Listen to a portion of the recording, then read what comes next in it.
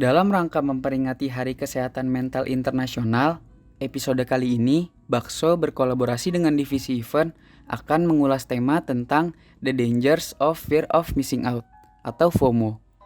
Fear of Missing Out adalah kecemasan terus-menerus ketika tahu ada orang lain sedang mengalami hal yang menyenangkan dan kita tidak ada di sana atau tidak terlibat di dalamnya.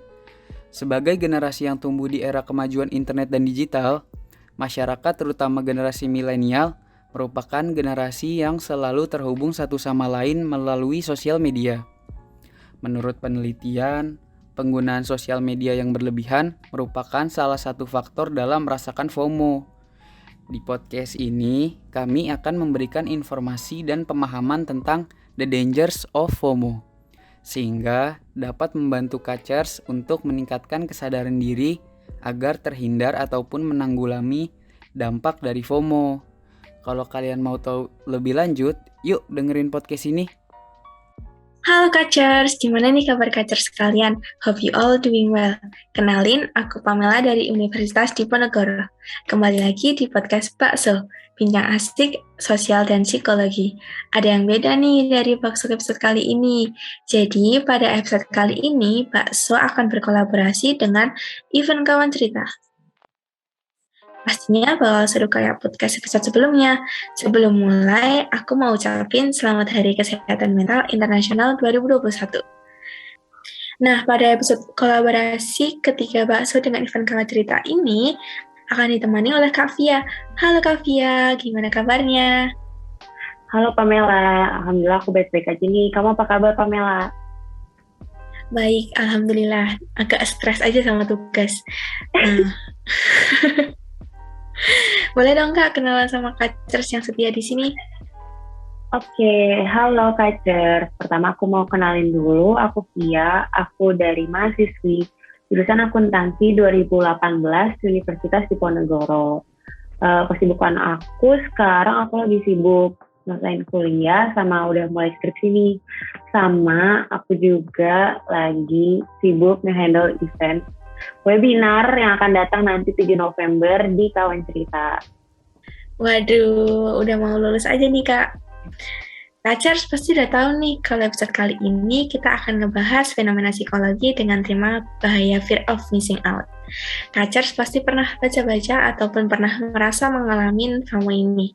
Nah, kalau menurut Kak Via, FOMO itu sendiri apa sih Kak? Oke, mungkin aku pertama-tama mau ngejabarin dulu kali ya, FOMO ini singkatan dari apa sih? Jadi FOMO itu adalah fear of missing out. Apa sih fear of missing out itu? Jadi itu merupakan kecemasan secara terus-menerus yang terjadi ketika mengetahui orang lain sedang mengalami hal yang mungkin lebih menyenangkan dan tidak berada di situasi yang sama dengan kita. Nah, jadi kita kan hidup di zaman yang udah serba digital ya, jadi kayak apa-apa kita tinggal cek sosial media dan lain-lain.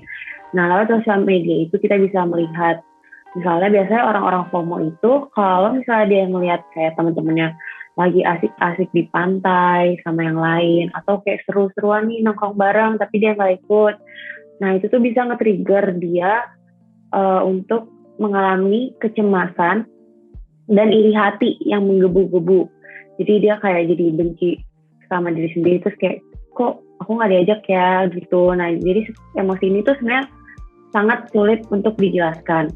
Nah, FOMO ini dapat membuat kita fokus terhadap hal di luar sana sampai kita tuh kayak lupa sama kenyataan dan kondisi diri kita sendiri gitu loh, dan kondisi hidup kita. Jadi gimana nih Pamela, kau pernah nggak ngerasain FOMO?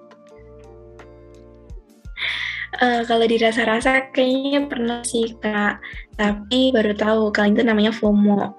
Nah, berarti penyebab utama dari FOMO ini ada di penggunaan sosial media yang berlebihan ya Kak? Nah iya, betul banget. Jadi menurut tadi yang dilakukan di Amerika Serikat, ada sekitar 24% remaja menghabiskan waktunya lebih banyak di sosial media. Enggaknya 8-10 jam durasi yang mereka habiskan di media sosial.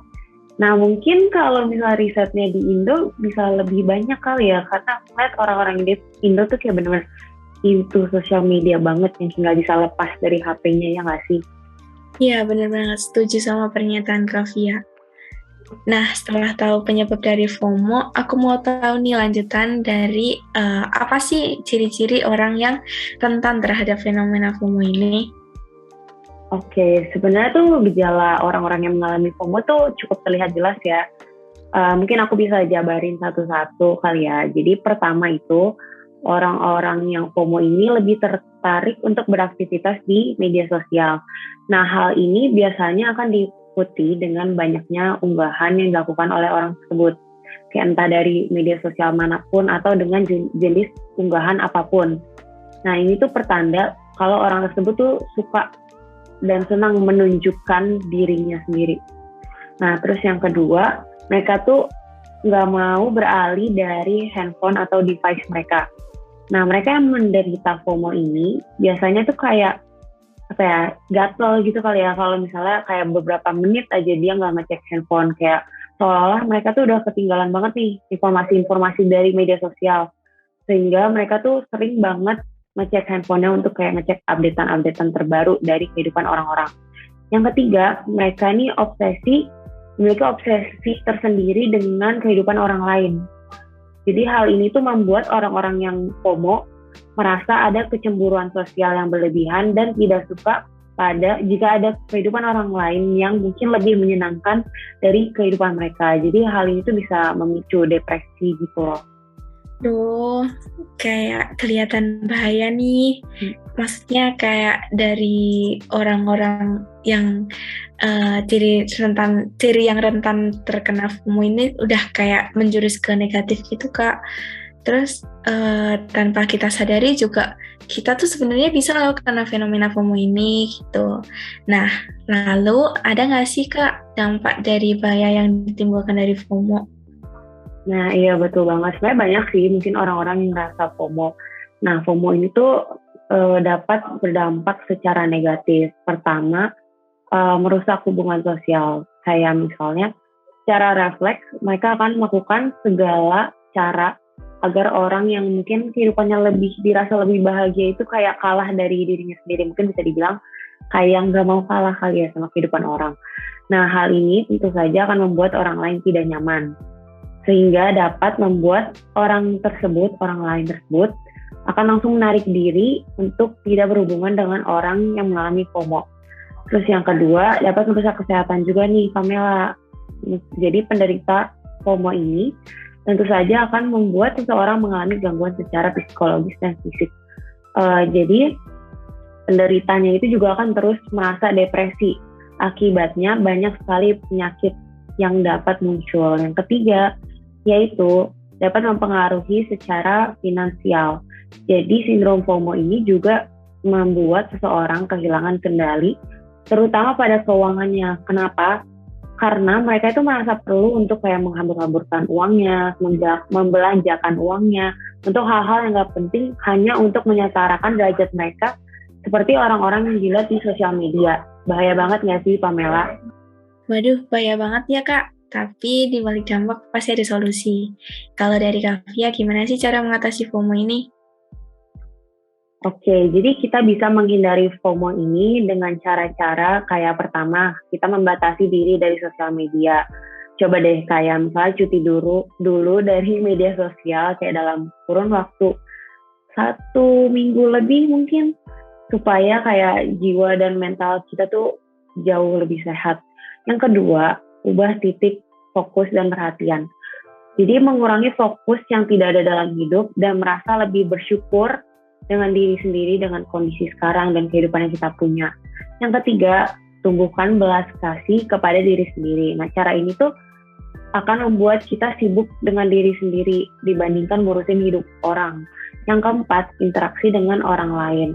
Interaksi ini supaya kita nggak ngerasa kesepian gitu. Tapi jangan sampai kita jadi iri hati melihat orang. Komunikasi kan bisa kayak dilakukan dengan cara apapun ya, kayak misalnya chatan aja gitu-gitu. Terus yang kelima, ubah pola pikir FOMO menjadi JOMO. Nah, JOMO ini tuh joy of missing out. Jadi kayak karena kita tadi fokus sama diri sendiri, jadi mungkin kita akan lebih appreciate ke diri sendiri.